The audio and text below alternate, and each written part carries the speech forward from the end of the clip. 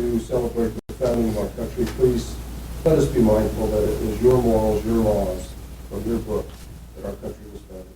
In Jesus' name we pray. Amen. I pledge allegiance to the flag of the United States of America and to the republic for which it stands, one nation, under God, indivisible, with liberty and justice for all. Thank you, gentlemen. Okay, Carla, would you please call the roll? Mayor Burbridge? Here. Commissioner Randall? Here. Commissioner McClure? Here. Commissioner Rogers? And Mayor Pro Tem Sypher absent. Okay, thank you. All right, next is the agenda approval. If there are any items on this evening's agenda that need to be removed from consideration, now would be the time to do so. I would like to remove item D from the consent agenda. Madam Mayor, Yes. move to approve the agenda with the exception of item D from the consent agenda. Okay. A second.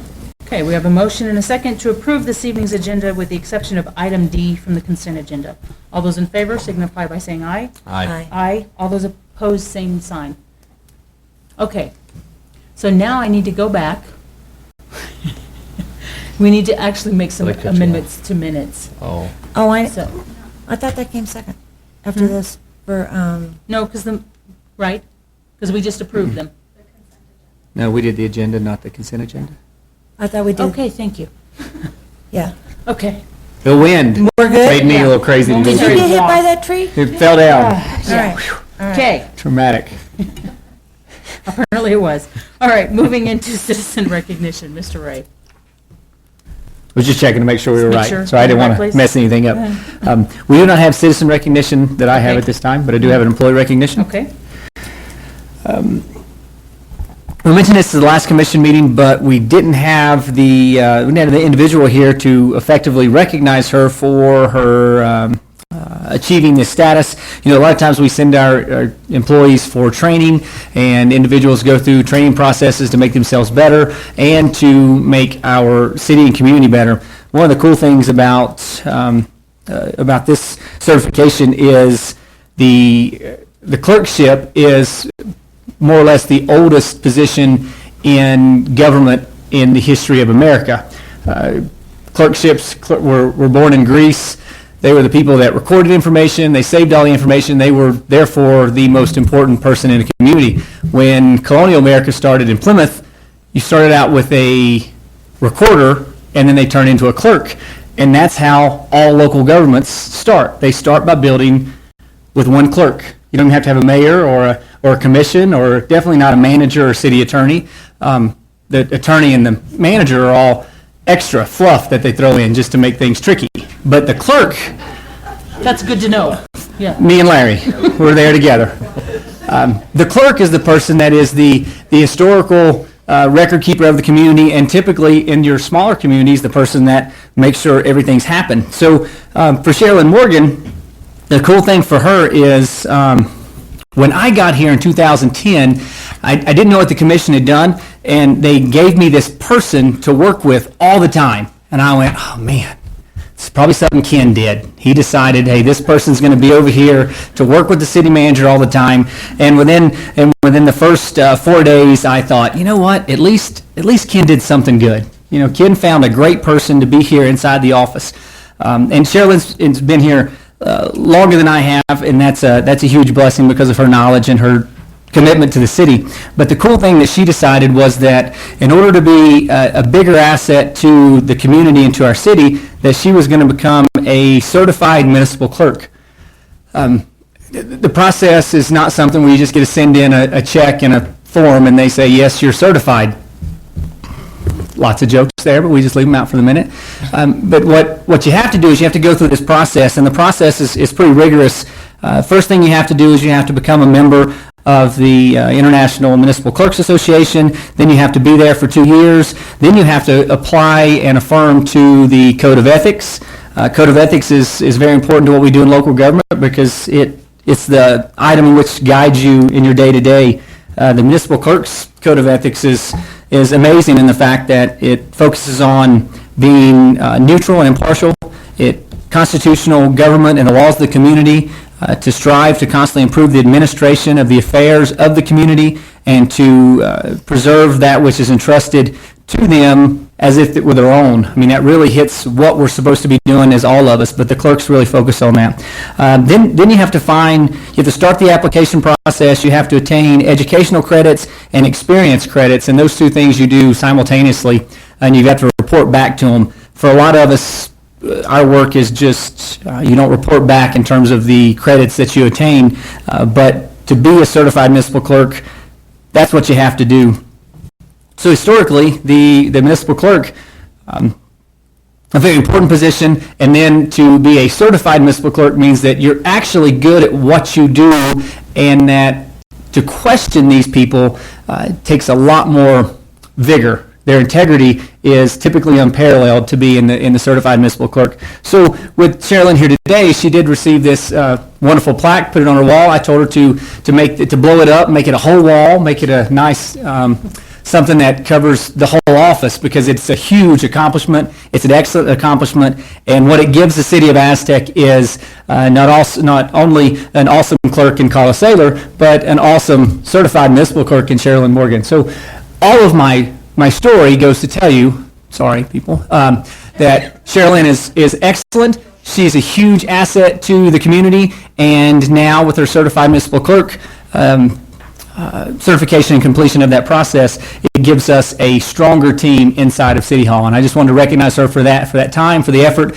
and for stepping up to say that, because this was a process that she talked to Carla about and said, is there something that I can do to increase my versatility here with the city and to add to what we already do?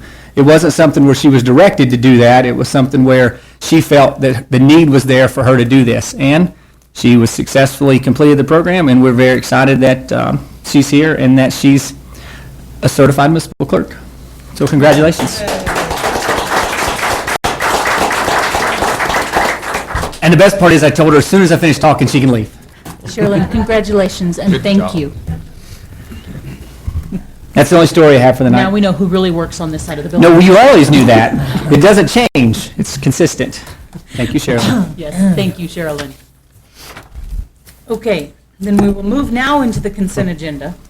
If there are any items placed on the consent agenda that do not meet the approval of a commissioner, they may be removed to be discussed under items from the consent agenda. Madam Mayor, Yes. I would like to move under the consent agenda A as in apple and B as in boy for discussion. Okay. Are there any other items? No, ma'am. Okay, hearing none, I would entertain a motion. Madam Mayor, Yes. I move to approve the consent agenda with the exception of items A and B. Second. Okay, we have a motion and a second to approve this evening's consent agenda with the exception of items A and B. All those in favor signify by saying aye. Aye. Aye. All those opposed, same sign. Okay, so items from the consent agenda. Item A is the commission meeting minutes from June 14, 2016. Do you want to go first, Commissioner will. Clerk? Because I have a list also. All right, hold on, let me get down to where it is.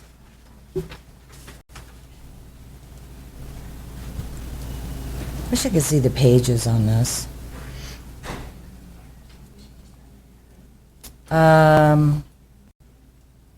Let's see, item 12, the liquor license hearing.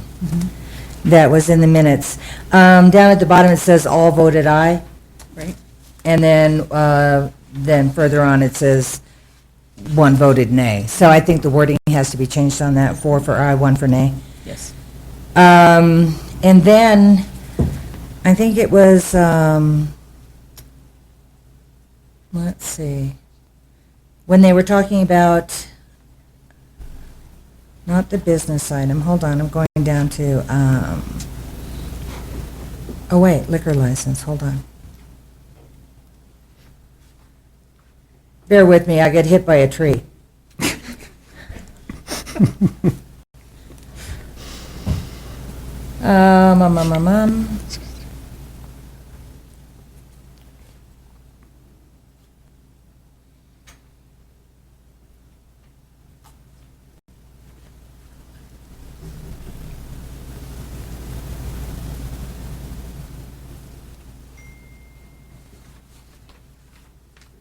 Okay, it's not that. So it's further down.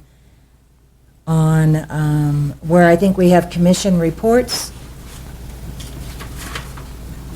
at the very end. Okay, commission reports. It may seem petty, it may seem minor, but under mentioning, Commissioner McClure mentioned that she visited Tiger Park and seen a lot of fishermen. I never said I seen a lot of fishermen. My mother would turn in her grave if I said I seen anything. I'm pretty sure I said I saw a lot of fishermen, and since this is, like written down, I just want to make sure everyone knows I did not say I seen. Okay. Is that it? Yes. Okay. Except for the number B. Did you have something under B too? The number B. No, I'm sorry, that's an agenda, or part of the agenda. It is B. And I had discussed this with our city manager, and this is unless you still have Is this something. in the minutes? Edits to the minutes? No, sorry, Okay. Okay. I got hit by a tree. Okay. We'll put that in the minutes. All right. Okay, so additional amendments to the minutes, then, on the third page for liquor license hearing, we need to adjust that Roman numeral to 11, and then a renumber from there on in the agenda. Also, under liquor license hearing, in that first full paragraph, second line from the bottom of the page, we need to say that Main Street is for businesses that already have a foot in the community instead of a food in the community. Oh, come on. I know. It's good that they have food in the community. And then under, let me find it, under land use hearings, item B, okay, we need to change the first sentence to read, Bill Homka mentioned that this is a variance for a new single-family construction and a garage in the city's mobile home district. Okay? Okay, and then I believe that's it. Are we comfortable that you have all of those? You're good? Okay. Okay, then I would entertain a motion to approve the minutes as amended. Madam Mayor. Yes. I would move to approve the minutes as amended. A second. Okay, we have a motion and a second to approve this evening's minutes as amended. All those in favor signify by saying aye. Aye. Aye. All those opposed, same sign. Okay, item B, travel requests. Commissioner McClure. I've been talking to the city manager about this, and I know, and also Kathy Lamb, and I know we're under a real money crunch this next year, so I just want to make sure, and I guess I would direct this to the judge. Is this training that the three of your people in your department are going to for certification or stuff like that, or is it like just a conference where everybody, mills around and we could get the information online? It's a conference, but it's the only conference that they get to go to, and it's the only training they get throughout the year. So it is a this training? It is a training, yes, Okay, ma'am. all right. Yeah, and actually Teresa is one of the instructors for that as well. Okay, because I'm just, in this next year, I'm thinking, training certifications, they're very important, safety training and stuff like that. And so I probably will be in the future questioning some of these. But thank you. Okay. That's all I needed to know. Okay, so no further questions? For item B? I'm fine. Okay. good. I would entertain a motion for approval then. Madam Mayor. Hold on. Now that I've found my place in the agenda. I move to approve the employee and public official travel requests. Second. Okay, we have a motion and a second to approve the travel requests. All those in favor signify by saying aye. Aye. Aye. All those opposed, same sign. Okay, at this time, then we'll move into citizens' input. If there's anyone who wishes to speak to or address the commission on any item not on this evening's agenda, you do have up to 3 minutes to do so. We do need you to sign up at the clerk's table. No? Okay.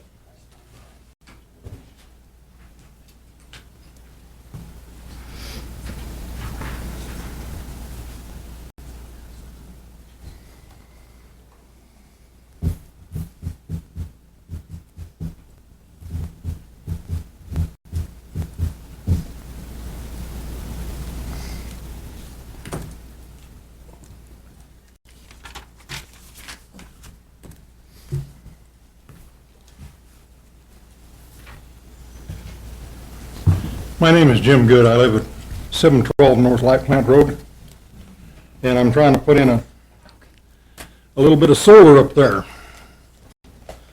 And run across, Excuse me, sir, we do have this item on this evening's agenda. okay. Do you want to wait and speak All right. at that time? All right, I can wait until then. Okay, my apologies. Does he need to sign up on a different form then, Carla? No, okay, not a land use hearing. Okay, thank you, sir. My apologies for that. Okay, since we have no one else signed up for citizens' input, then we will move into business items. Business item A is the final adoption of ordinance 2016-452, amending Chapter 1, General Provisions, Section 1 through 8, General Penalty for Violations, Injunctive Relief Authorized. Mayor, this is the final adoption for the ordinance, as you already read.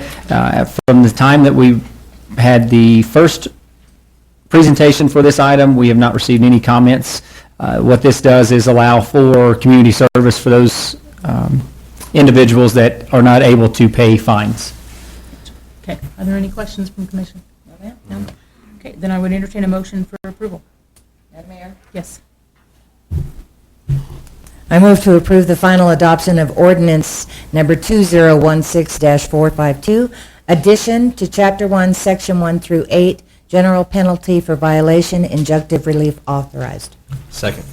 Okay, we have a motion and a second. All of those in favor signify by saying aye, or, hold on, yeah. Call a roll for us, Carla, please. Aye. Commissioner Randall? Aye. Commissioner McClarty? Aye. Motion passes 3-0. Okay, thank you. Okay, business item B, BP America Production Company, Federal Gas Com L, number 001, well abandonment. Mayor, this is an abandonment for an active well requested by BP America Production Company. This well location, I'm not sure if Ed was going to be able to pull that one up or not online.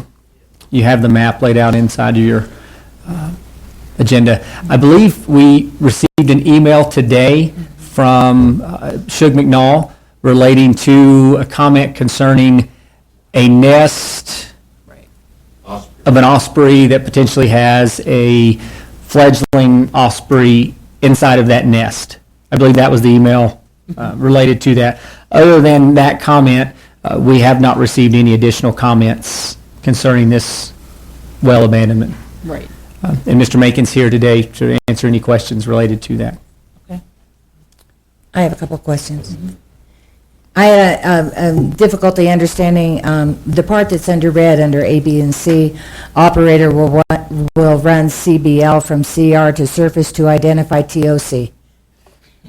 I have a problem with acronyms when they're, and I know you probably didn't write this, and it's... Yes, ma'am, I did. Oh, you did? Okay, well, shame on you then. I'm sorry you don't understand. Well, I just think they should be explained and then made an acronym. So I had, so I'm like, I'm trying to read it, and I'm going, A CBL county is- block C- legislature? If I may, Mayor, Council, CBL is a cement bond log where you go down and you check the bond where the log, where the cement is within the pipe. Okay, TOC is top of cement. and CR? Uh, Come on. Can I look at the form? Operator will run CBL from CR to surface to identify TOC. Casing seam, where they touch the casing off, Casing what? where they remove the casing. So it stands for casing Removal. removal. Okay, thank you. And then I did have another question. Since you have put in red here, and I think we already knew that this was a hydrogen sulfide well, you guys had a scavenger on it, didn't you? It's all abandoned. Everything's been removed. It's all gone. So, and I know your workers will be protected when they're Absolutely. plugging this, but because I don't know how it's done, let's say, because you guys are kind of down in that little area right there, down from the pond and everything. So what protects it, let's say, if it started escaping and people were driving up to Navajo Dam Road? We'll have, you'll have to have a contingency plan in place to manage the H2S. And if there is H2S there, in fact, if it is there, I'm not certain of that. But if it is, we'll have a contingency plan in place to manage such. Okay, and so will signs go up to just Yes, kind of ma'am. warn people? If that's the case, yes, ma'am. Okay, cool. And we have agreed, my client has agreed to wait until the 25th, give the the little bird time to grow wings a little more and fly away. Till the 25th of July. Yes, ma'am. 25th of July? Yes, ma'am. And I was on the phone with Ms. McCall several times today. All right, thank you. You bet. Are there any further questions? No, ma'am. Okay, hearing none, I would entertain a motion. Madam Mayor, Yes. move to approve BP America Production Company Federal Gascom L number 001 well abandonment application. Okay. Do we need to put in the change of the time on that, or the change of the date? I don't know. You can add it as part of that, as long, Mr. Macon said they wouldn't proceed, but Please do. it doesn't prohibit anything, so All you right. can add it. At Commissioner McClure, just at 4.6, on page 1, CBL is defined as cement bond log. Oh, see, no. Well, then I'm a double dumb, you know what, for not reading down there. All right. The other two, I haven't Yeah, found them. But, I think they're in there. But yeah, CBL is at 4.6 on page 1. And BOPE is at 7.0. So I don't know that we need to make the changes to CBL because it's already there. No, I was talking about the date. They weren't going to start What was the until, date? I'm sorry. Not the acronym. I misunderstood. So, The date. Mr. Randolph, would you amend? Yes, so I would like to amend my motion, and just adding the date of July 25th for starting work. a second. May I, unless the bird is flown away. Or until the bird has flown the coop? Yeah, it may be soon. If it does, we have to do it soon. If possible. Second, We, Until that little osprey just takes wings and flies away, production won't start? I mean, are you going out there every day and checking? Ms. McClure keeps, Mr. McDowell keeps a very close eye. That's It's hard to get us mixed, make this, make that, yeah, I know. He is a B&O, a bird nest observer. So, Mayor, I can't tell you the exact vernacular to use with this motion, because you could just say eliminate the date, but contingent upon the fledgling bird leaving the nest in question. well, if you want it in there, is that okay? All right, Alrighty. go for I it, will amend my motion, Commissioner Randall. adding with the addition of waiting to begin work until the fledgling osprey has left its nest. I will second that. All right. okay, we have a motion and a second. All those in favor signify by saying aye. Aye. All those opposed, same sign. Okay, thank you, Mr. Mankin. Thank you. All right, item C, Aztec Municipal Schools Solar Agreement. Mayor, this item at this time does not have any osprey included, and this is Aztec Municipal School District would like to begin a series of solar projects so that they can eliminate some of their operational costs and put those dollars back into, as they define it, the classroom, i.e. for materials for teaching. That's their stated rational use of capital funding in order to create new operational dollars. In doing so, they want to complete their first solar field, which would be no greater than 139 kilowatts solar panels worth that they will build on top of the bus barn area. These will be rooftop solar panels that will cover the bus barn, and their goal would be that those panels would supply sufficient power to cover the monthly usage at the admin facility in the bus barn.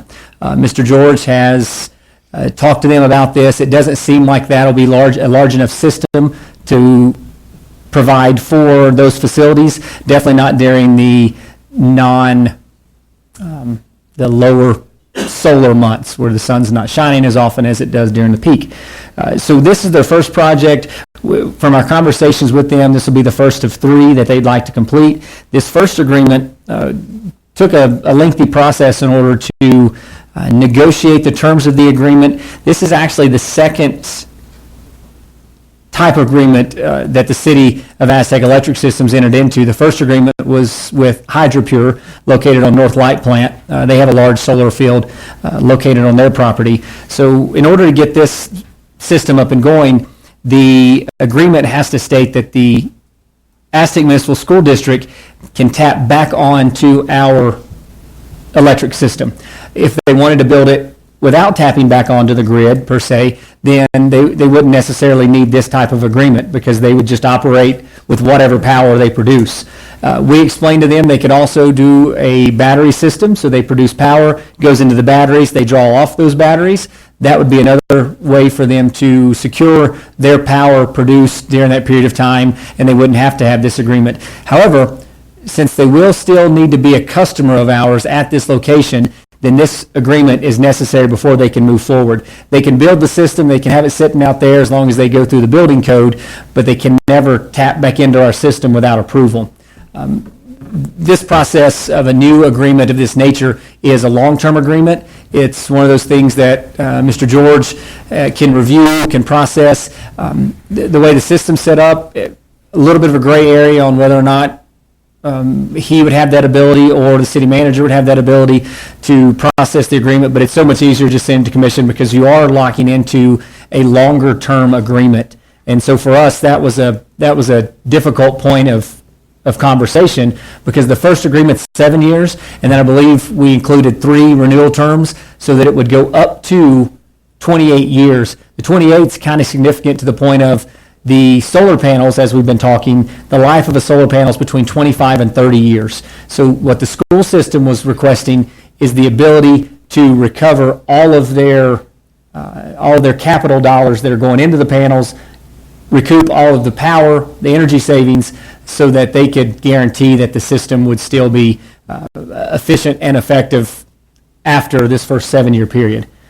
So we're available for any of the questions based on this project. We can answer some pertaining to the next one. There is a breakdown that shows that they will be billed monthly. It's a base rate. That's the $150. And that's basically, that's one of the things that we'll be considering when we complete our utility rate study. We'll find out how our rates should be impacted. And that was difficult for us because in all honesty, we would prefer to wait until after the rate study was completed so that we could generate a set rate and we could go back and tell the schools, well, this is what the rate is, the commission's adopted this rate, this fee schedule, and this is how we're going to move forward.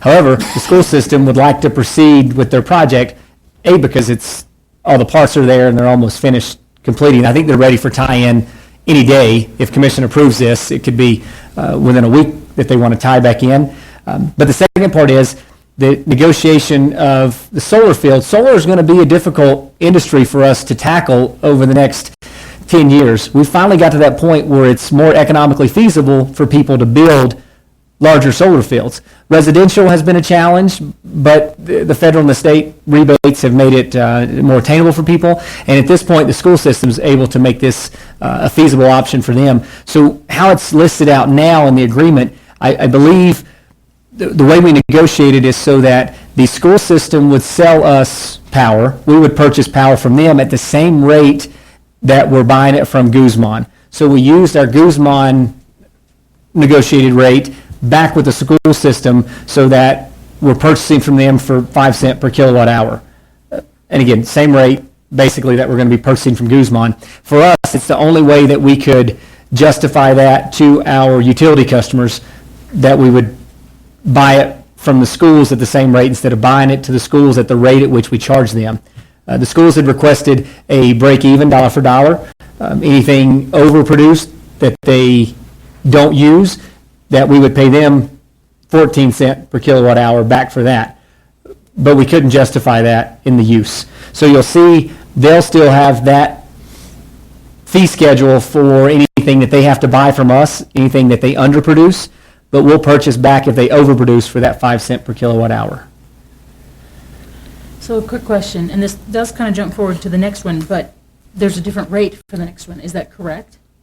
Yes, ma'am. Purchase. Okay. So are we talking the difference is commercial versus residential? Yes, ma'am. Okay. And I also want to talk about the fact that after the rate study, if the schools or residential create a new agreement, then at that point, we'll be able to follow our new fee schedule after we bring in the rate study to commission and we set that fee schedule. So these may be outside. So any future agreements Yes, ma'am. would follow that new rate study? Yes, ma'am. Okay. Okay. Other questions? I do have a question.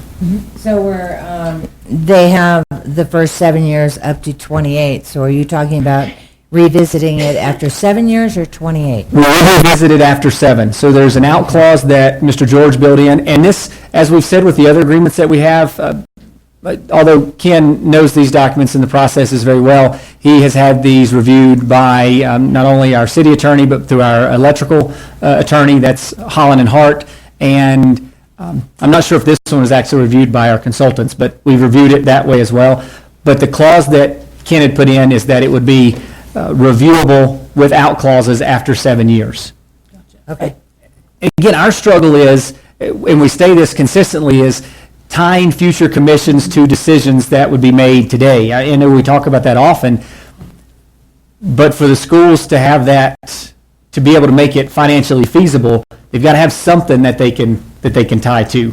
But within 7 years, that commission has that opportunity to renegotiate if Correct. necessary. Yes, ma'am. Within the new rate study. Yes, ma'am. That's all I have. Any other questions? I was just curious as far as if they expect this still to cover everything. I mean, how will we have to give them a lot of credit? Do they, based on their usage right now in the solar field they set up, do they anticipate to break even, or will they be buying it from us, or will we be owing them? I'm just Originally, their plan was that this one system would supply sufficient power so that they would break even. Their desire was to overproduce so that they would have a credit every month, and that we would be banking that credit. Go back one more step before that.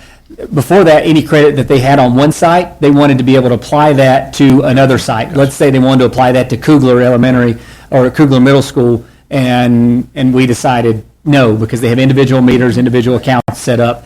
And so, and Ken can explain, his estimates are they'll still underproduce at this site, even at 100% capacity, unless they're, I mean, they already operate with their lights off 3/4 of the time, so it could happen that for June, July, and maybe part of August, that they could overproduce because they don't have as much traffic in and out. Yeah. But for the year, I still feel confident that we're thinking they're going to underproduce significantly on this site. That's correct. The other sites, though, the next agreements, the only reason I go through this long monologue on this one, the next sites, they want to overbuild so that they are producing. Their goal is to build let's call it a solar field at McCoy Elementary that would potentially overproduce, therefore creating them a credit. And our desire is that happens after we finish the rate study, so that, and we've actually informed them of that please don't proceed with this one until we have our rate structure in place.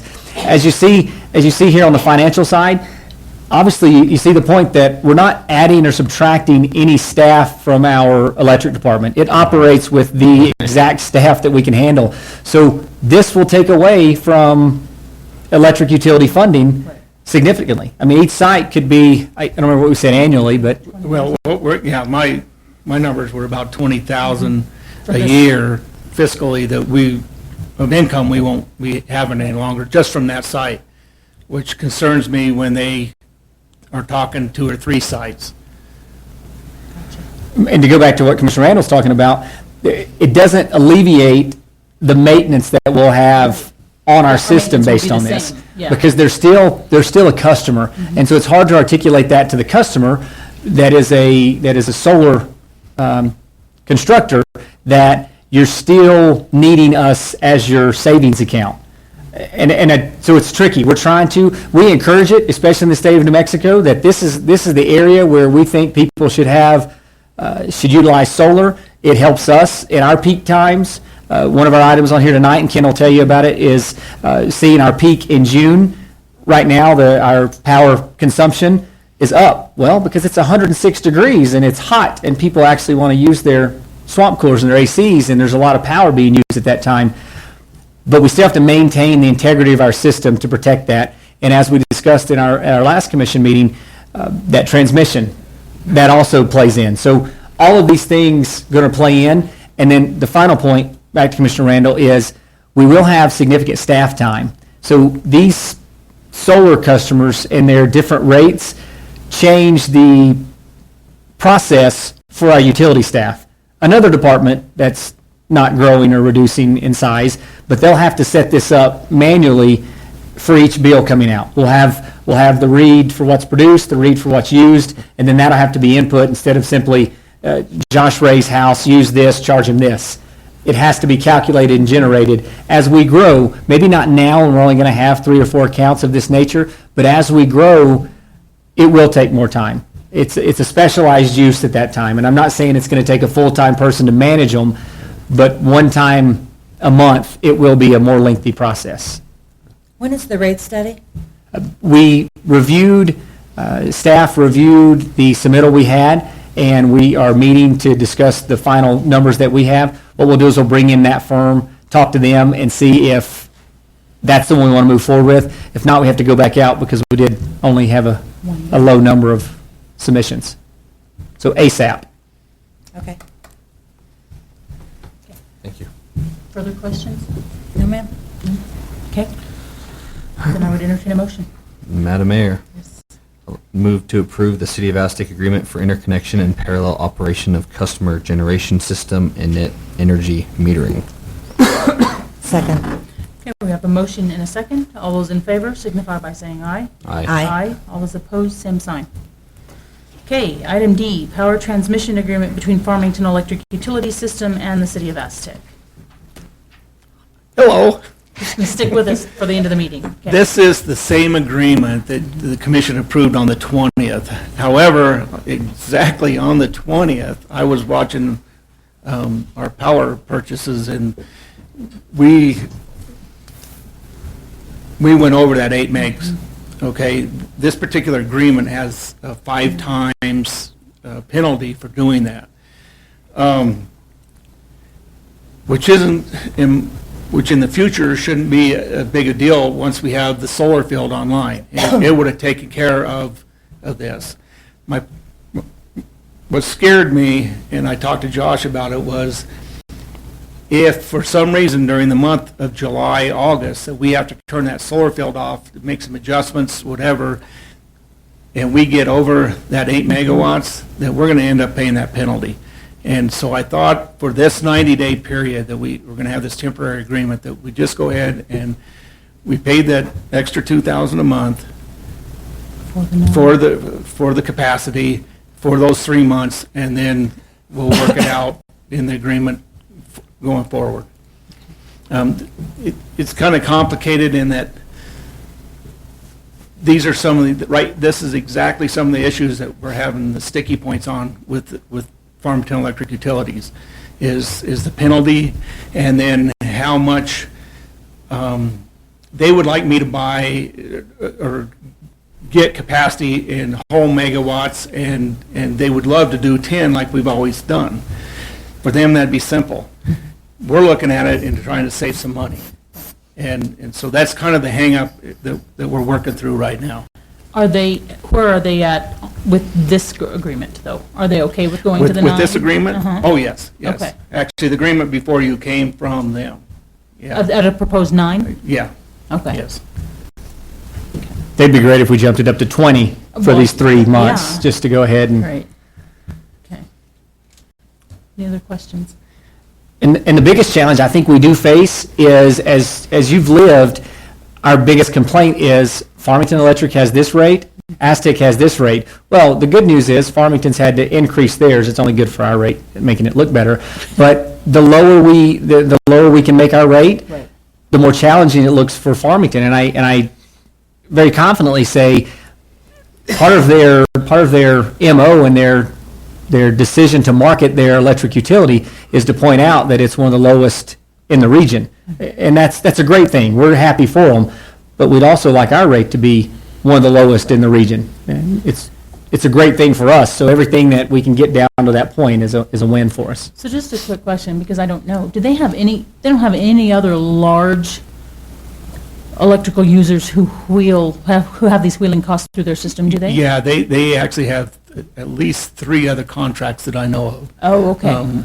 Tri-State, the generation plant for Williams, yeah. And then I think they have one with NTUA Okay. or maybe it's just the nappy Right, that they will power for.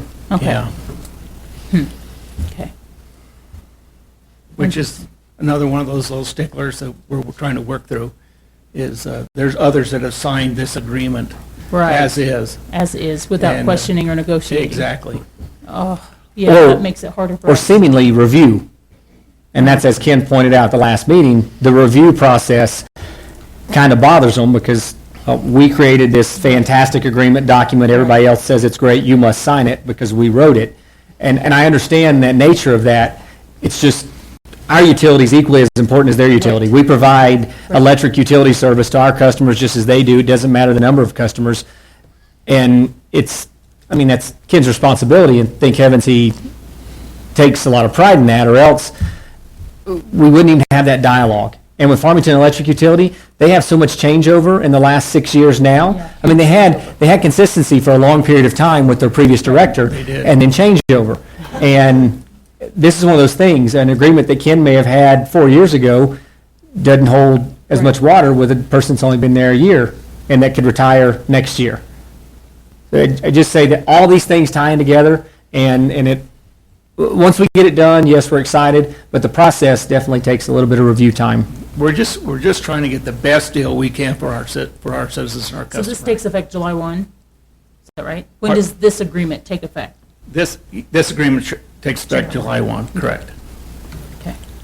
And Mayor, I just had one other question. I was just curious. So the extra 659 kilowatts, is that very rare for this time? I mean, are we usually under 8,000? No, actually, clean back in 2008, we peaked over 9 megawatts. So, not at all. Okay. I mean, we know that June, July, August, that's our, That's crazy. in there, we're going to peak, and we're going to peak somewhere around 9. Okay. But in the future, the thinking is that our solar field will help take care of that extra, that last megawatt. Exactly. That our solar field will take that away. And then, and if we do even go over it, it's only by a minute amount, you know, maybe 100 kW or something. Okay. That we can pay a penalty on that. So it's all mathematics. You just want to, and you try to run it out there as far as you can and do the best guess that you can and do, so you can get the best deal. Okay.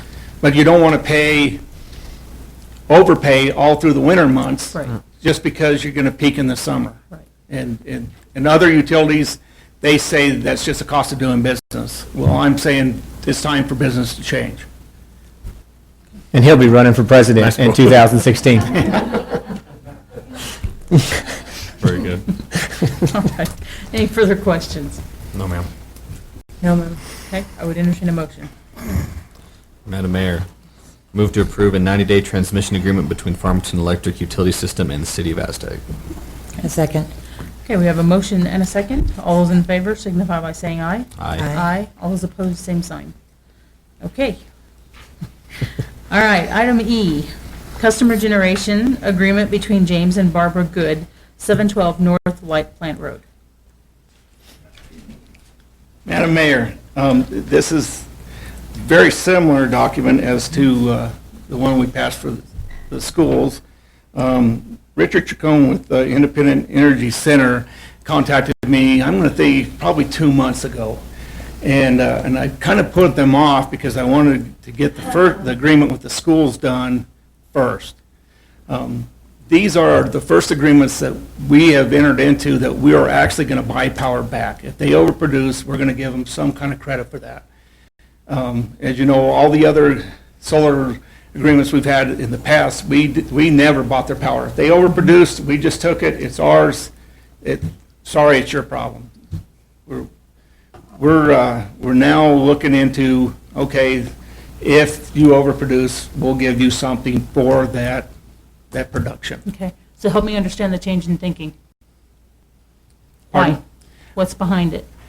I just think it's more fair to somebody who goes out there and, number one, decides to go green, and number two, as long as the citizens aren't losing money doing it, then we could take that on. I think, Madam Mayor, it would entice smaller and medium-based businesses too Right. if they're No, I just doing wanted to it, understand, if we're going to do a change in policy, I want to know what's behind that thinking. Right. And Mayor, we've had this conversation in the entire time that I've been here. We've had this conversation for 6 years in terms of debating what that break-even point is. At what point that the electric utility that still has to provide that support, because the risk is still there. If you really want to go off the grid, then you don't have to communicate with us at all. You just go. You set up your own backup, or you set up your own system. And when your power goes down, you don't get the cost. You don't have power, and that's fine for those that want to take that risk. You know, we've had we had a citizen in town that opted for that option and completed the battery backup system, which is phenomenal. But looking at what those numbers are, and one benefit to us is that that power is not therefore transmitted through Farmington's transmission line. So things that we get here, We don't have to pay wheeling costs? we're not going to that number. So we're putting it back onto our grid here without going through the transmission line, just like our solar field. So that's part of it, but there's still that cost associated with how we do business with our electric utility. And it's a struggle. And formatting and saying that we'll have one set structure for how we're going to handle every solar project, they're all different. The size and nature and the tie-ins and the type of metering that people want to use, at this point, it's not uniform.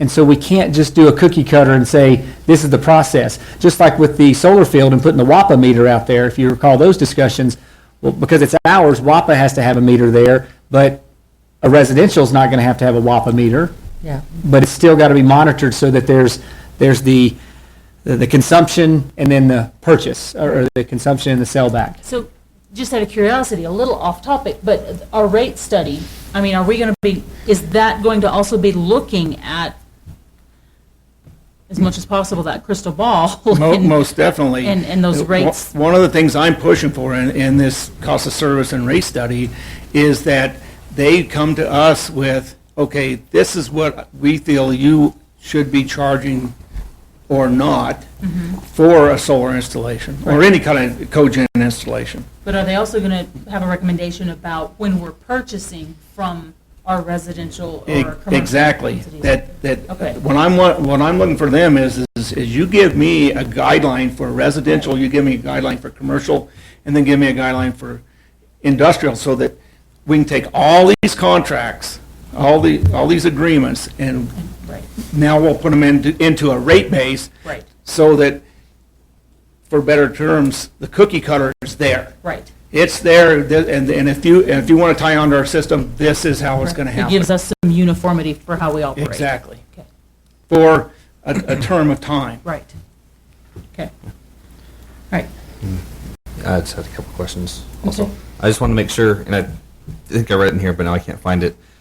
On the return meters, and this kind of goes back to the last one too, we install those also, right? So like there's 2 meters, like you said, one where it's going to the customer, and then one, if it's possible, it comes back out to us? Well, it's Or actually is it a reverse? 1 meter, and it goes forward and it Okay. goes reverse. And that is one that we install so we can That's correct. make sure it's right. if it's Right, coming back in. we read it every month, and that was part of the problem of how to build the cost in, is, as you can see, the residential, I have a $30 base charge for a month.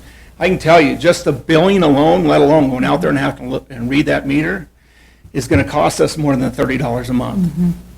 So I'm hoping that in the future, that we can, in the whole package, we may have to update our whole computer system billing-wise to Right. be able to handle something that does negatives, because from up to now, everything was a positive.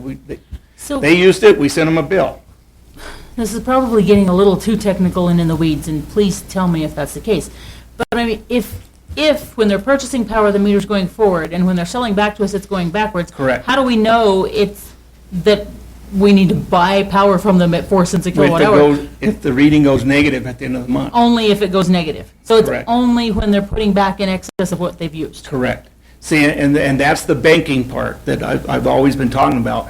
During the month, say during, like Right. today, Okay. from 10 o'clock till 5 o'clock, they were generating enough, they were turning the meter backwards. Okay, well, tonight, Right, it'll go they're forward. at the Right. house, the sun's not shining, but their refrigerator's still running, everything's still running. all the lights So are on, now the right. meter's going forward, and then everything they put this way in the Right. afternoon is now going back. Now, Okay. they're using our system as the bank Right, to their benefit. okay.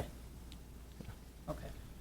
One more thing, and I'm sure this is, And then we'll let Mr. Good talk. yeah, yes, I'm sure this is legit, but I just want to make sure, whenever it turns backwards, the power that does, I mean, it's coming in as good power for us to use, right? It's not just turning their meter. Right. and Does that make sense? I just want to make sure. And in these agreements, As a you'll see that clarification. Exhibit A, and there's all these Right. technical The things. components. Right. Those are the things I go through to make sure that, yeah, somebody's not buying just junky equipment and putting it out there and Okay. expecting us to take it. The other thing is we'll know almost immediately if they turn on their system and things aren't right, that we'll know. And then this gives me the ability to go out there and just turn it off and tell that customer, hey, you've got something wrong, you need to get it fixed. Then my last question is just, so if we have a customer that continuously adds back into the system, say they use very little during the night, rather than getting a credit, you know, it's just going to build up, and if they expect not to use their credit, we have something in place where the city will just cut them a check? Or how Yeah, is that? yeah, it's their choice at Okay. the end of every month. Okay. If there's a Okay. credit, they can either take a credit, or they can, Carry it to the next month or get it? right, or we'll But the cut them a credit is check. going to have to be more than even their base fee each month. So, pardon? Right, they still have to pay their base fee. Right, right, So right. if the credit was $15, Right. they can apply that towards their base, Towards their and then fee. their actual bill would be $15. Yes, ma'am. Thank you, that's all. And Commissioner Randall, we've been testing this on a residential meter setup for 6 years. I mean, we've gone through this process, and Ken has looked at it and reviewed it, and we've watched it, tested out the original meter without credit at all. I mean, we've gone over it and talked about it, not to death, but a number of tests. Ken has put a lot of time into trying, and Amos, as our meter tech, has put a lot of time into reviewing to make sure that we see the numbers going both ways and that it's right. And that part is, you pay for that through your fees, purchasing the right meter and getting it installed correctly. So I mean, I think you're spot on in the checks and balances of, you got to make sure we're actually getting power and the meter's not just turning. Right. Yeah, it's, Okay, any other questions for staff? Is it hack-proof? nothing's hack-proof. Just kidding. Okay. No more questions, thank you, Mayor. Mr. Good? The power that the solar provides is actually cleaner, better power than what you're buying wholesale. Our inverters have a hard time correcting their power output and their phase to this irregular power that the grid is providing. So the solar actually helps stabilize your power line. It starts smoothing those peaks and valleys out. Sir, can we get you to state your name and, Oh, I'm who you're Richard with? Chacon with Independent Energy. okay, thank you. I'm sorry. Did you want to address? Jim's good. I'm James Good. I'm the guy that lives up there, trying to get this all installed. And I had quite a little speech written up here for you, but the goose that laid the golden egg works both ways in this instance. Okay? The goose that laid the golden egg, of course, you know the story there where the farmer had a goose that laid the golden egg, and he went to town and he banked the golden egg, and he said, boy, if I just come back, I can get more eggs out of that goose. So he squeezed the goose, and the goose died. So he lost a little gold. So that's what we have to be aware of. You people have to be aware of that. You cannot squeeze the goose, in an instance me, too much, or I'm not going to put it in the system. Probably sell my house and move somewhere else. And by the same token, can't squeeze your goose too much, because you're riding a 30% deficit right now with the people you've lost. I'm also a clerk in the church, and I know what we've lost. And we've lost about 30% of our people. So if we've lost 30%, you people have lost 30% too. And that's a heck of a whack out of your pocketbook. So I know what you're going through. So neither one of us want to squeeze the goose. We both want to be where we're at. The only thing that I'm feeling kind of left out about is, of course, I realize the school is not a personal thing. but you're putting another penny on the school's return and taking a penny away from me. You're penalizing me for some reason, and I don't understand that. You've actually got more stuff to do at that school, more lines to upkeep, more transformers, more everything at the school. Your labor is a lot more than at my house. And yet you're paying them a nickel back and you're paying me 4 cents. I don't understand that. And Mayor, if I can respond to that, the difference, Mr. Good, is you're set up for one base rate, Yes. which would be $30, I believe. The school's set up for a base rate of $150. So that's a start. So Okay. that's part of the goose. If you're squeezing that goose, Yeah. $150 on one side, 5 cent on the other. Yeah. Based on the overall amount of energy that you're going to produce or be selling back, that could work out. We could, part of that negotiation process is, and part of that rate study I was referring to earlier, could go to, everyone pays a base rate of 150. And if that, in that negotiation process, if you prefer to pay the 150 base rate and then come back to, No, I don't think The it would, nickel. because I don't have that big a field. right, and that's where that rate study goes, and that's where those numbers balance out. Same conversation we had with the school system, and us explaining the same dialogue with them, we could lower theirs down to a $30 and move it around. They are movable numbers on that scale to try and get it to be, So it's not in concrete yet, which part? either part. Well, the school system's now in concrete because the commission just approved it. Yours is not in concrete because nothing's approved.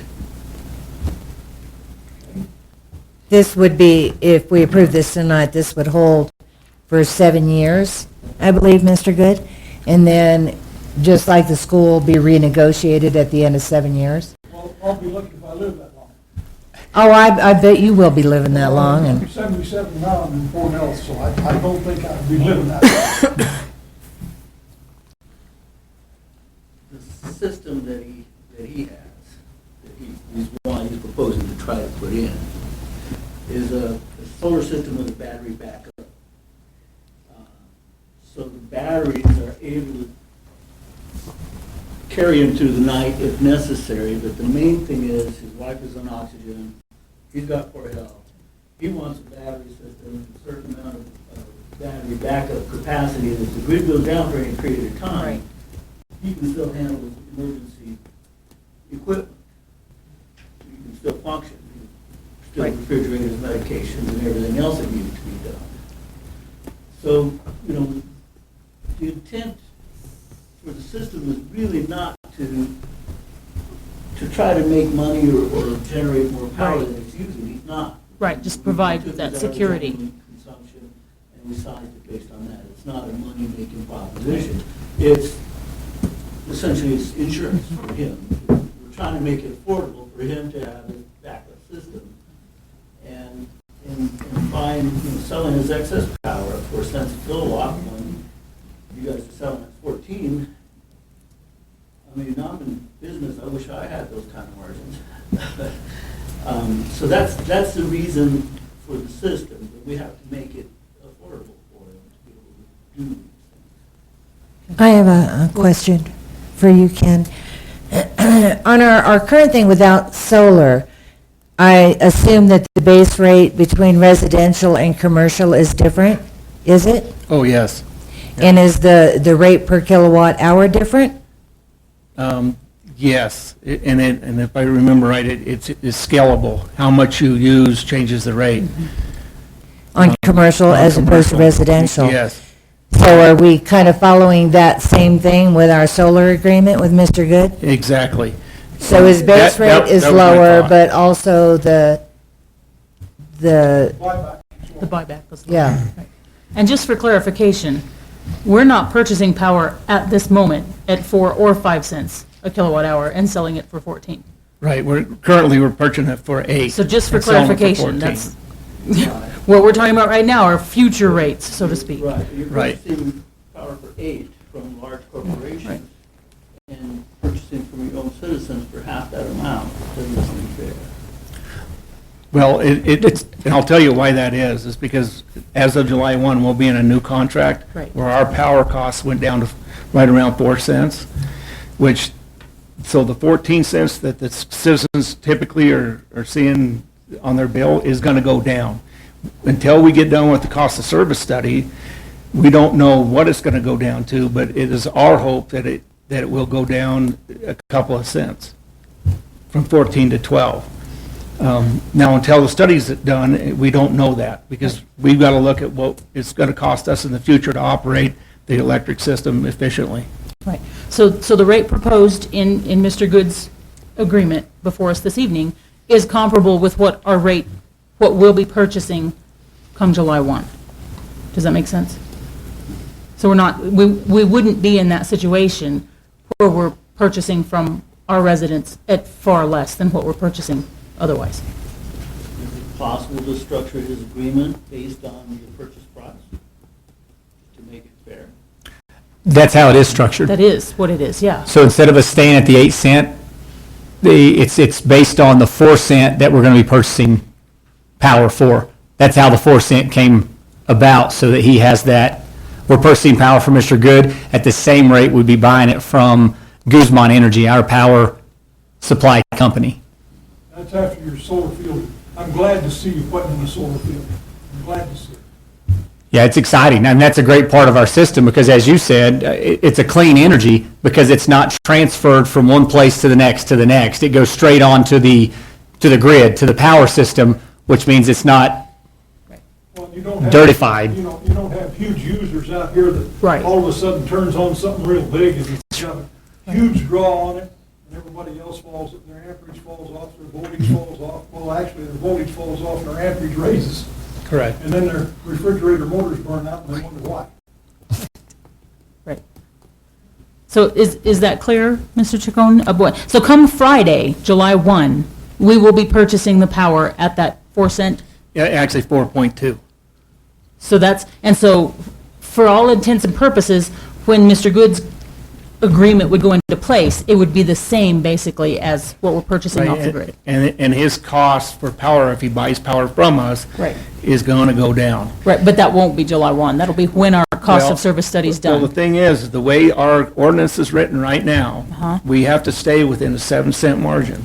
Of our So purchase. So actually, where- our rates will go down?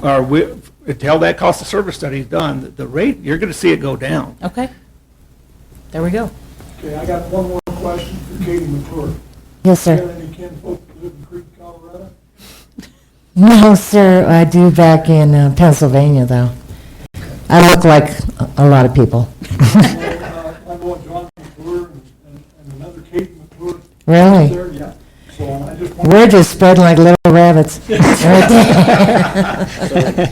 you fine with it? I'm fine with it. Okay. She got hit by a tree. Thank you, Mr. Good. Thank you, gentlemen. Got to get more trees. Are there any further questions from commission? No, ma'am. No? Okay. Then I would entertain a motion. Madam Mayor, Yes. I move to approve the interconnection and parallel operation of customer generation agreement between the City of Aztec and James and Barbara Good. Second. Okay, we have a motion and a second. All those in favor signify by saying aye. Aye. Aye. All those opposed, same sign. Thank you, gentlemen, for coming here this evening. Thanks for going green. Well, thank you. All right, so moving on, we have no land use hearings this evening, so we'll move into city manager, commissioner, and attorney reports. Mr. Ray.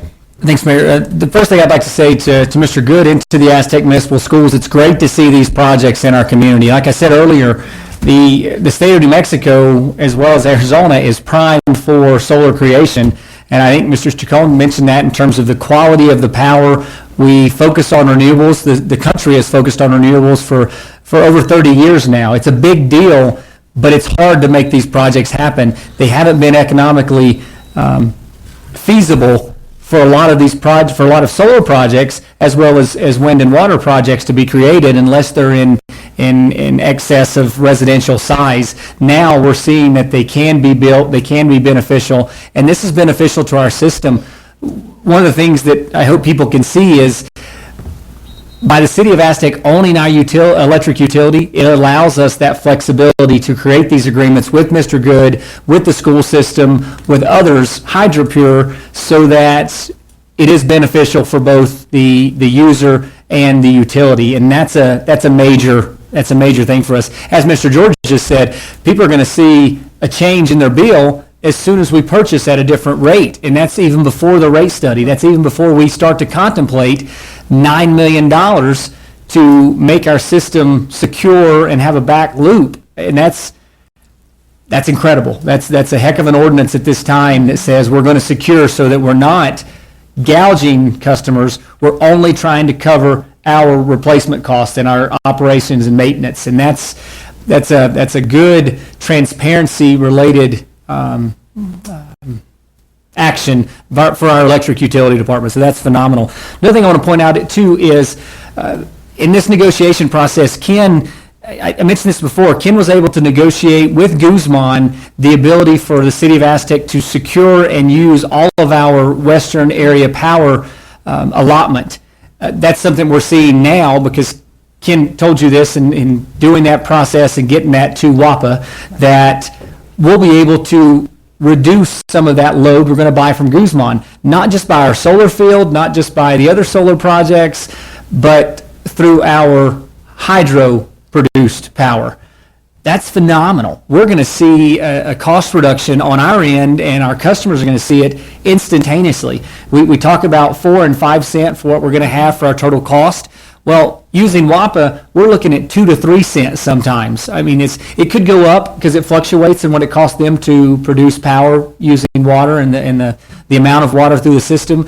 But based on Ken's due diligence in this contract, we have 3 different tiers of savings. We have the contract with Guzman. We have 4. We have the solar field, we have the transmission, and we have the WAPA allocation. So all my jokes aside about Ken, this was phenomenal. I mean, this was an excellent process that people like Mr. Good and the school system and myself and everybody are going to see over and over and over, not just for the 7 years, but for many years. And I think that's a phenomenal thing to go back through because the process is not simple. Notice by the number of words we put forth in all of these staff summaries and trying to dialogue so that we know what's going to happen.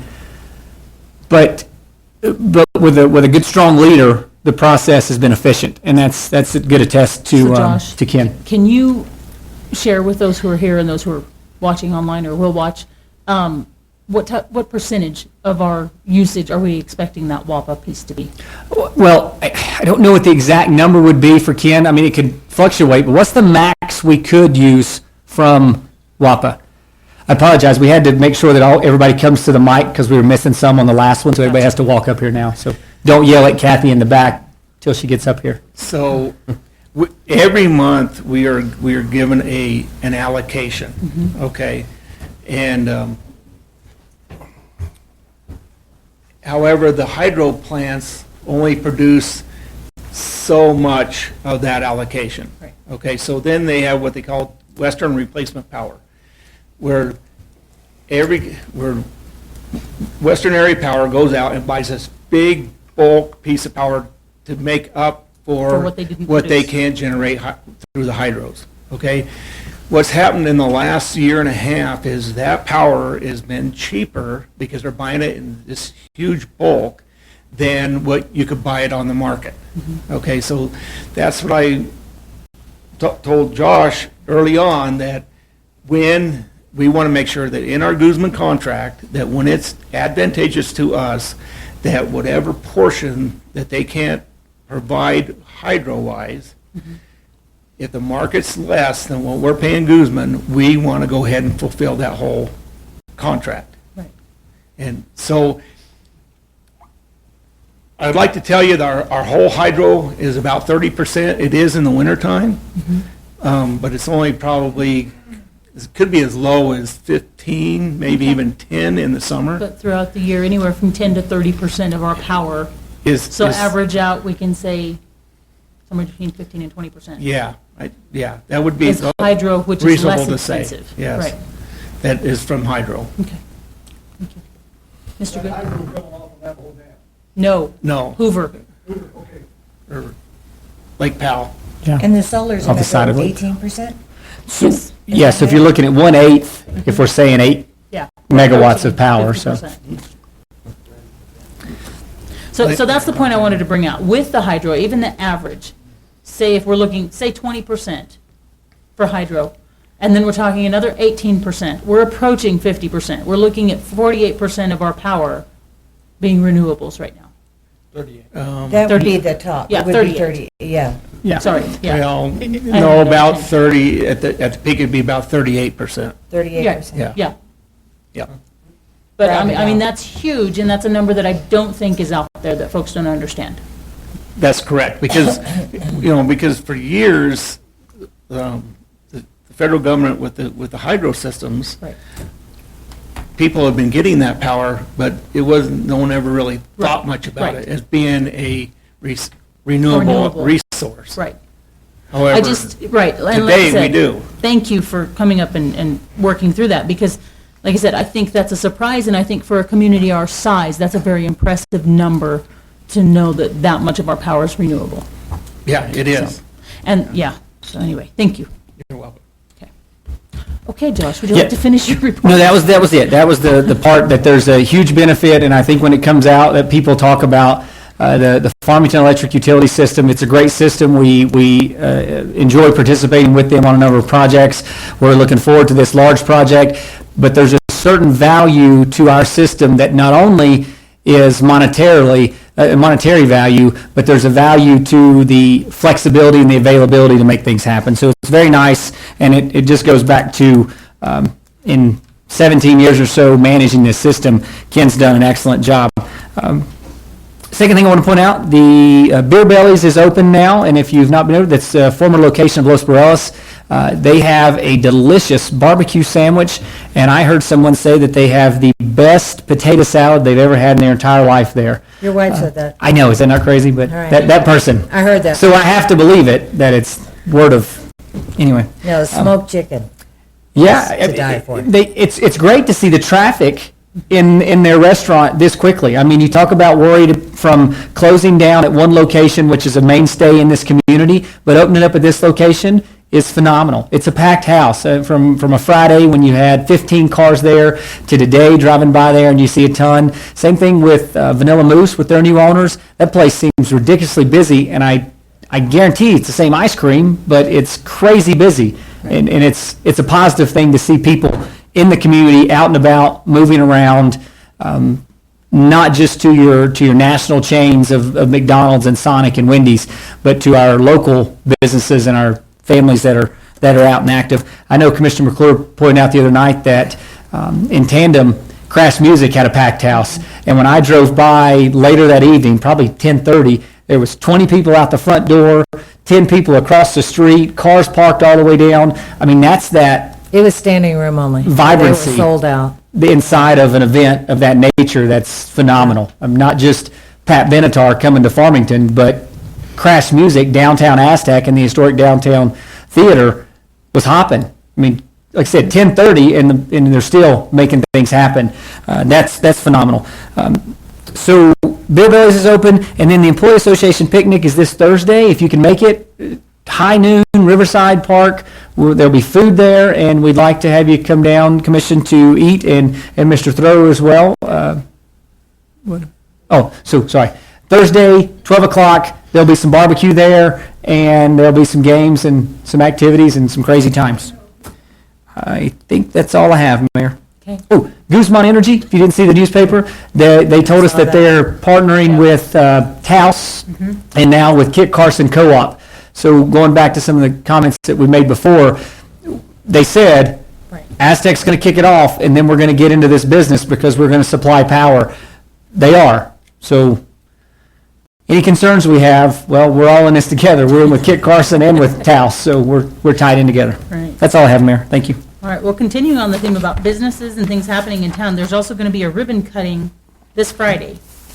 Sweet Moments Boutique in Westside Plaza at 9 in the morning. So yet another new business we can add to the community, so excited about that.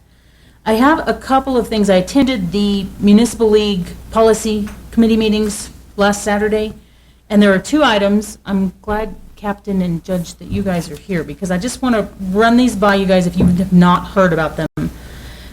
So the first one, these were brand-new resolutions that came before our committee, and the first one came from, I guess, the Municipal Courts Association.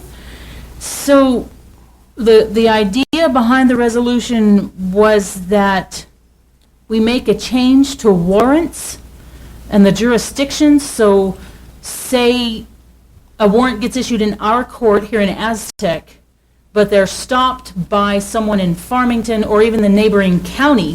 County. Right, I know it's county, but I mean, then that officer, that police department can pick them up and bring them in. To their local facility. Yes, to their local facility, and then we have to work on get them moved. But that's a change, because currently in neighboring counties, they don't even see what warrants might have been issued in Aztec or in San Juan County. With few exceptions. Right, and so that's one change that a resolution is coming. Again, these are resolutions for the municipal league that so far the members, it still has to go through another committee meeting and two more meetings before it's approved, but that the league would be looking at lobbying for. And so the other one is Safer New Mexico. Are you familiar with that, Captain? Yes, ma'am, I am. They do our traffic safety grants. They're responsible for administering them. That would be your NDWI and things Right. like that. Well, and maybe I don't have the full title then, because this resolution is looking at a change so that our officers, so long as there is an issue that arises in our community, so let's just use domestic violence, okay? So we have an occurrence in our community that, say then the suspected perpetrator then leaves the city of Aztec and they go out into the county, and our officers currently cannot follow that person or follow up. We have to look for assistance from the county, correct? No, ma'am, we're actually cross-commissioned in the county. We can go Okay. anywhere in the county. Okay. We can go outside the county. So what this is looking at, though, would eliminate the need for cross-commissioning. Oh, that'd be awesome. And so what they're looking at is they would eliminate the need for cross-commissioning so that our officers, or any community, so long as the crime initiated within their community, they don't have to have cross-commissioning. They can go and follow up so long as they notify the local authority and follow up on that investigation or whatever that next step needs to be. So they're looking at that statewide. That is good. So say someone left the city of Aztec and they went out in the county, and then pretty soon they're down in Albuquerque, and our officers could follow. Of course, we would have to set up our own policies, internal policies about what types of crimes, what circumstances, that kind of thing. So those are two things that are before the league that at least came through the policy committee that I'm sitting on. Yes, Mr. Good. For 17 years, I was a deputy marshal in Creek, Colorado, so I know a little bit about it. Gotcha. And we were commissioned in all the other counties also. Right. Not just in our county, but all the other counties. Right. Surrounding counties that bordered us, we had a commission that worked. Gotcha. Sufficed over there. Right, and I know that does not happen all the time in New Mexico. I actually asked, so I guess the Chiefs of Police Association brought this one forward, this last one, and I asked in the meeting how many other states had this type of law, because obviously we do not. I was informed that we are the only ones who do not. So, Not surprised. I know, I wasn't surprised either, unfortunately. But it was an interesting conversation. So I just wanted to share those with you guys, kind of get your input, let you know what's out there. I think that's all that I have for tonight. Commissioner Randall. I just wanted to go back to Ken's quote. People say, that's the way business is done, and I think a lot of times City of Aztec, and thanks Mr. Ken for going to bat and saying, maybe it's time business changes. That's why we review these things. We don't just sign these agreements that are put before us without even trying to negotiate something better. So I appreciate it. Thank you, Ken. That's it? That's it. Commissioner McClure. Few things. I did go to the ECHO, Economic Council Helping Others, board meeting. They're in pretty good shape for the end of the fiscal year. Of course, they've run out of some funds, but they'll be back next week. Their backpack program has really picked up, and that's a program where the teachers in the community know some kids are going home hungry. So they send them home with a backpack, and so that the kids can have some nutritional things to eat, and that just kind of seems to keep growing, which I think is great. Also, the houses that they help people get into, it doesn't have to be first-time home buyers, but they have a new person there at ECHO is helping people get these rural loans and stuff like that and making sure they can pay for them. And I will have to say this, that most of the homes that they are building and have put people into is right here in Aztec, because we actually have the space for it, the room. So that I would like to mention something that our independent merchants have done, and it's called Fourth Fridays. And the merchants mainly on Main Avenue now have decided to stay open and do a number of things on the fourth Friday of the month. So they'll stay open from 5 to 8 p.m. because normally at that time it's just like a ghost town. This was only their second one, and it was phenomenal. I don't know if you guys had a chance to drop by. I even went to the 550 Brewing, which was kind of in the backside of the hub, and I even ordered a beer, and I don't drink beer, but I took a sip and said, wow, yum, and then went around the corner and, put it somewhere else. But I figure it's still supporting what they're doing. I just never been a beer lover. But they also had, and this was Tirsa Camacho. She has a store right there on Chaco called Era. And she's just a powerhouse. She just gets everybody together. She doesn't do all the work, but she gets everybody to get excited about doing the work.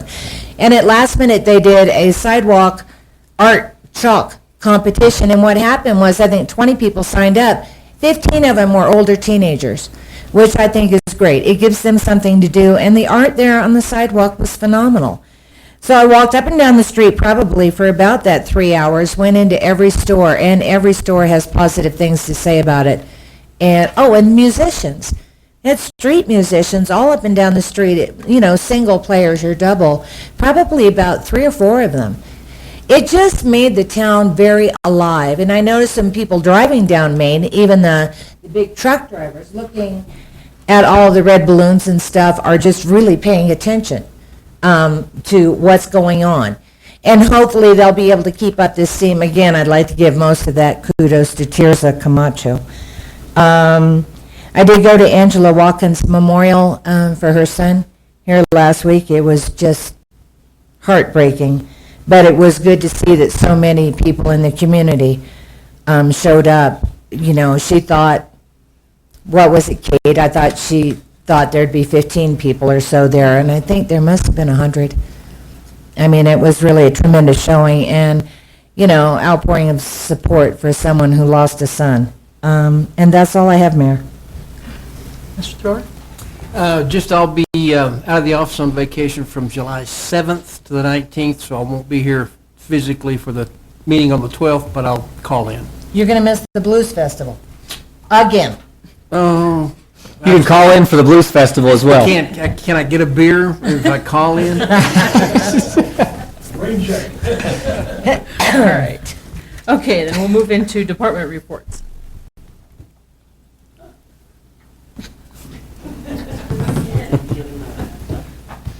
Quickly, the best news of all this solar is we turned on the solar field today. We started testing, nice. and it was generating energy this afternoon. The best part is that's all free at the moment. And right now, it's all free. It's free energy from the sun. Excellent. Great. Good. Thank you, Ken.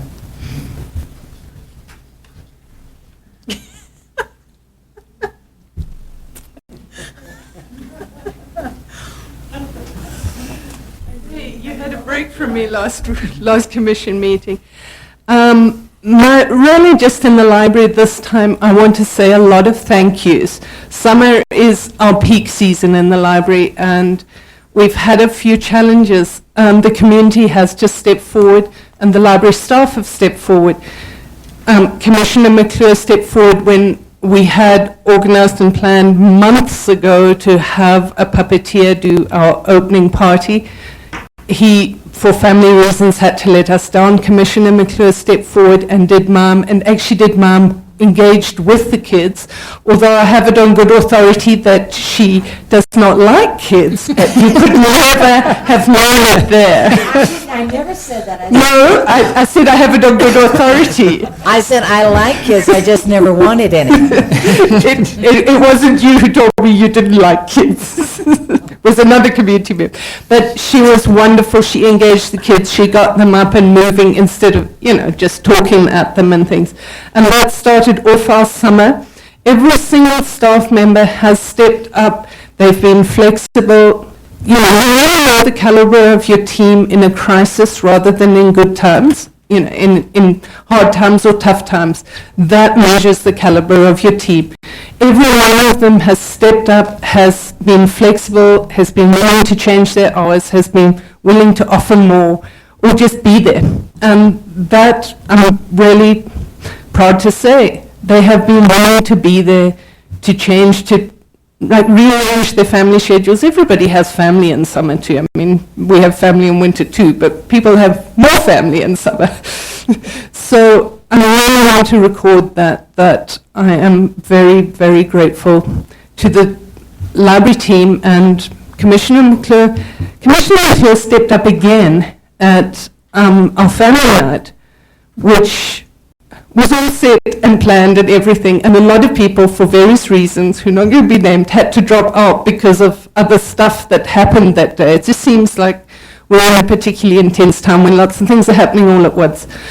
The state librarian was due that day. She came 3 hours late, very apologetic, but she got held up in Farmington. We won't hold that against her because I'm glad that she saved the best for last. And saw us all dressed up, and Commissioner McClure again saved that night. She even did dishes. Did you know that Commissioner McClure does dishes? Our kitchen was spotless, more spotless than we just lived together there in the library. She disappeared. She was our guest of honor, and she disappeared, and I found her doing the dishes in the kitchen, which... That's a good guest. Yes, I invite anyone to come to our house anytime. Invite Commissioner McClure to your house. She does dishes. There you go. As well as be the guest of honor and the judge and all kinds of things. I have had good feedback about that. I didn't take any photographs that day. This is why you're not having a show and tell. It's just like there was too much happening all at once. And we had too much to do and to get ready. I had my camera on my desk. I didn't pull it out. But that was wonderful. Our community is still reading. That's the whole goal of all our summer activities. They are reading. We do have finishes. We are busier than last summer, just on our numbers, on our gate counts. And people are still really leaning on their library. But thank you to everybody who support the library. We only have one kind of sort of staff member there. I told him I was going to chain him to the library desk and not let him go and serve anyone else in the community with IT services but anyway, that's all. Thank you. Thank you. Thank you.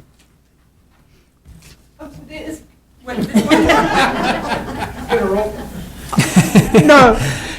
On Mondays, one of our other community members who've stepped forward, every Monday we have a reading coach in the library, an animal, or this Monday it was a duck, Sancho Panza, the duck in diapers, who listens to the kids. He proved to be a much better listener than Shadow, the spaniel who had been before. No offense meant to Shadow, but Shadow tends to go to sleep.